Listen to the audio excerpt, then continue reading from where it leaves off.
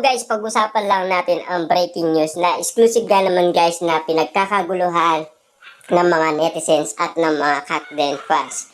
Catherine Bernardo enjoy sa Pasko. Lalo-lalo na guys, enjoy si Catherine Bernardo sa pagbubukas ng regalo sa Kapaskuhan.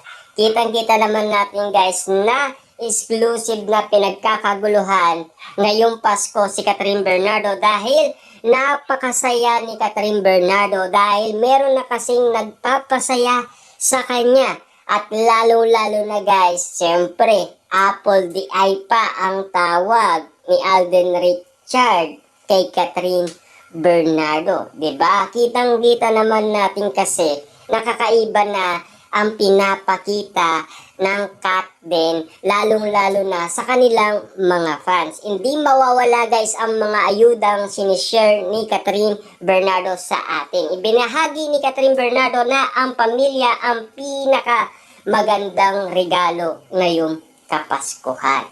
Lalo-lalo na guys, siyempre kita nyo naman, maraming regalo ang natanggap ng kanyang pamangkin. At lalong-lalo na guys, no, ang mga bagay na nakikita natin ngayon sa Kapaskuhan na dati ay hindi natin nakita kay Catherine Bernardo. Bakit? Siyempre malungkot noon si Catherine Bernardo. Iba na ngayon kasi meron nang nagpapasaya sa kanya. At hindi si Daniel Padilla yon, kundi si Alden Richard yon. Kasi kitang-kita naman natin guys kung gaano kasaya ang pamilyang Bernardo at kung papaano nila nagustuhan si Alden Richard para kay Catherine Bernardo. Kitang-kita naman natin kasi guys ang pangyayari sa house blessing. Sa house blessing pa lang guys, kitang-kita na natin na tinutokso na ang dalawa.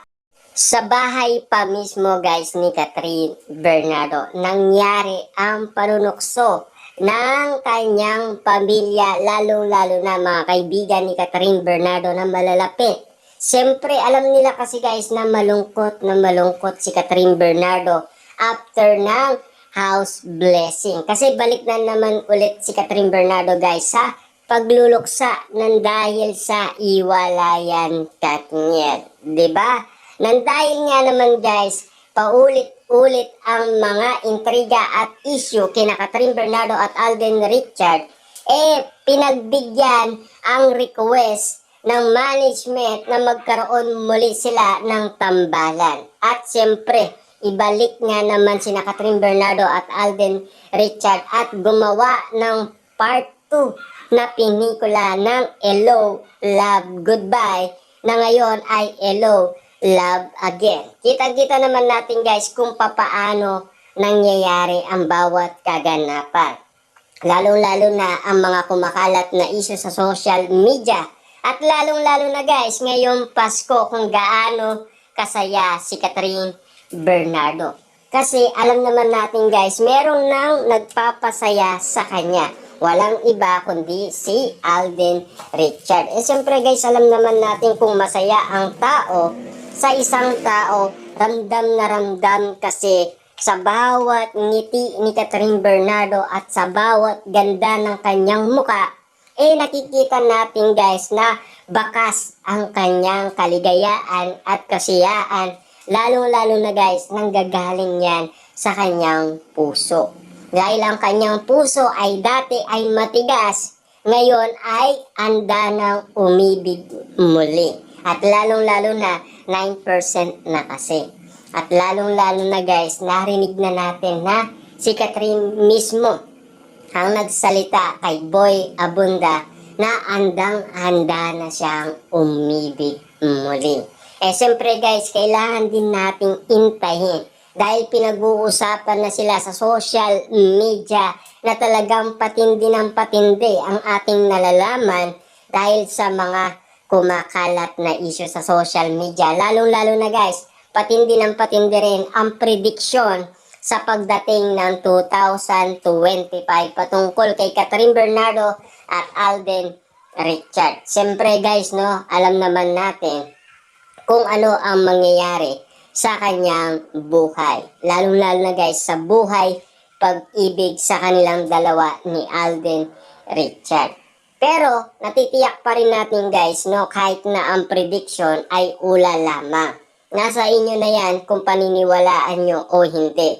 Pero, ang gusto lang natin dito guys, talaga magkatuluyan sina Catherine Bernardo at Alden Richard. Na sana nga, darating ang pagsapit ng 2025, makita natin si Catherine Bernardo ay todong-todong saya na. Igit pa dito sa nakikita natin guys, ng ngiti sa kanyang bawat eksena sa Kapaskuhan. Kasi mas gusto natin guys ang ngiti na talagang meron na siyang iniibig at meron na siyang minamahal. Lalo-lalo na yung mag-on na sila. Kasi mas gusto natin guys na masaya si Catherine Bernardo. Kasi magkaiba nga naman kasi ang saya at kaligayaan ng ibang tao dahil may kanya-kanyang kasiyaan ang bawat tao. Pero alam naman natin guys ang kasiyaan kapag umiibig ka, nag-i-enjoy ka na sa ginagawa mo. Kasi dati hindi niya ma-enjoy ang ginagawa ni Catherine Bernardo. Bakit? Kasi may along move on Tapos umiiyak pa to. 'Di ba? Tapos iniisip niya pa pag gabi, hindi na siya nakakatulog, umiiyak na lang lagi. Ang iniisip niya yung iwalayan. Pero ngayon wala na Wala nang iyakan, hindi niya na iniisip ang mga nangyari. Kundi pinakawalan niya na ang mga nakaraan.